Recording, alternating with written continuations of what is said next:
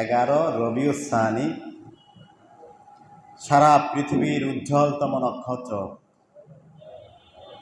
পীরানে পীর দস্তগীর মাহবুবে সুবহানি কুতুবে রব্বানি পীর লাসানি পীর মীর মহিউদ্দিন আব্দুল কাদের জিলানী রাদিয়াল্লাহু তাআলা আনহুর ওয়াফাত দিবস।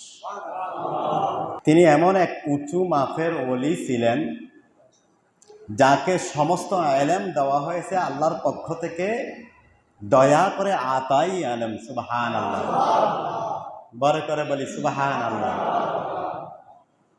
তুলনা যদি দেওয়া যায়, জাস্ট উপমা হিসাবে যদি দাঁড় করানো যায়, আমাদের দেশে কবি নজরুল কতটুকু লেখাপড়া? ক্লাস 8। কতটুকু? 8ম শ্রেণী পর্যন্ত লেখাপড়া। কিন্তু কবি নজরুলের উপরে বিশ্ববিদ্যালয়গুলোতে পাঠ্য রয়েছে। সুবহানাল্লাহ। কবি নজরুল কি মাস্টার ডিগ্রি পাশ করেছেন? তিনি কোনো ডক্টরেট না, কিন্তু আল্লাহ রাব্বুল আলামিন তাকে এমন এক শক্তি, এমন এক নেয়ামত দিয়েছেন, যেই কারণে যেই বিশ্ববিদ্যালয়ের বারান্দায়ও তিনি কখনো ওঠেন নাই, সেই বিশ্ববিদ্যালয়ে ডক্টরেট ডিগ্রি নিতে হয় তার উপরে গবেষণা করে। এইটা হলো এই যুগের একটা উদাহরণ। একটা কি উদাহরণ? আর সেই যুগে হুজুর আব্দুল কাদের জিলানী রাদিয়াল্লাহু তাআলা আনহু, বড় করে বলি সুবহানাল্লাহ। হুজুর আব্দুল কাদের জিলানী জামিয়ার মতো এরকম বড় কোনো মাদ্রাসা থেকে কামিল পাশ করেন নাই, কিংবা বাংলাদেশে বড় ঢাকা আলিয়া এইরকম বড় কোনো মাদ্রাসা থেকে কি করেন নাই? কামিল পাশ করেন নাই। মুফতি সাহেব না তিনি, মুহাদ্দিস সাহেব না তিনি, মুফাসসির কোনোটাই না।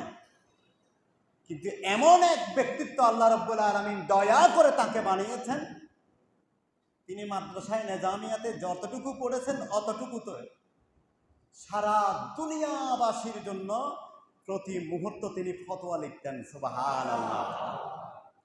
যেখানে বড় বড় মুফতিরা, বড় বড় মুহাদ্দিসেরা, বড় বড় মুফাসসিররা আটকা পড়ে যেতেন, দৌড়ে যেতেন তার কাছে। সুবহানাল্লাহ। যেই যুগে এত ইন্টারনেট ছিল না, যেই যুগে এইরকম মাইক ছিল না, তিনি প্রতি জুমার দিনে, শুক্রবারে এবং শনিবারে 2 দিন মাদ্রাসা নিজামিয়ার মাঠে তিনি বক্তৃতা করতেন, ওয়াজ করতেন। কমপক্ষে উপস্থিত হতো 60 থেকে 70 হাজার মানুষ। বড় করে বলি সুবহানাল্লাহ। যেই যুগে কোনো পত্রিকার মাধ্যমে প্রচারের কোনো সুযোগ ছিল না, টেলিভিশনের মাধ্যমে প্রচারের কোনো সুযোগ, মানুষরা দেশ বিদেশ থেকে উটে চড়ে, ঘোড়ায় চড়ে, পায়ে হেঁটে তার দরবারে চলে যেতেন তার তাকরীর শোনার জন্য। সুবহানাল্লাহ। 40-45 জন, মতান্তরে 60 থেকে 70 জন বড় বড় মুহাদ্দিস মুফাসসিররা থাকতেন, শুধু তিনি কি বলতেছেন সঙ্গে সঙ্গে লিখে ফেলার জন্য।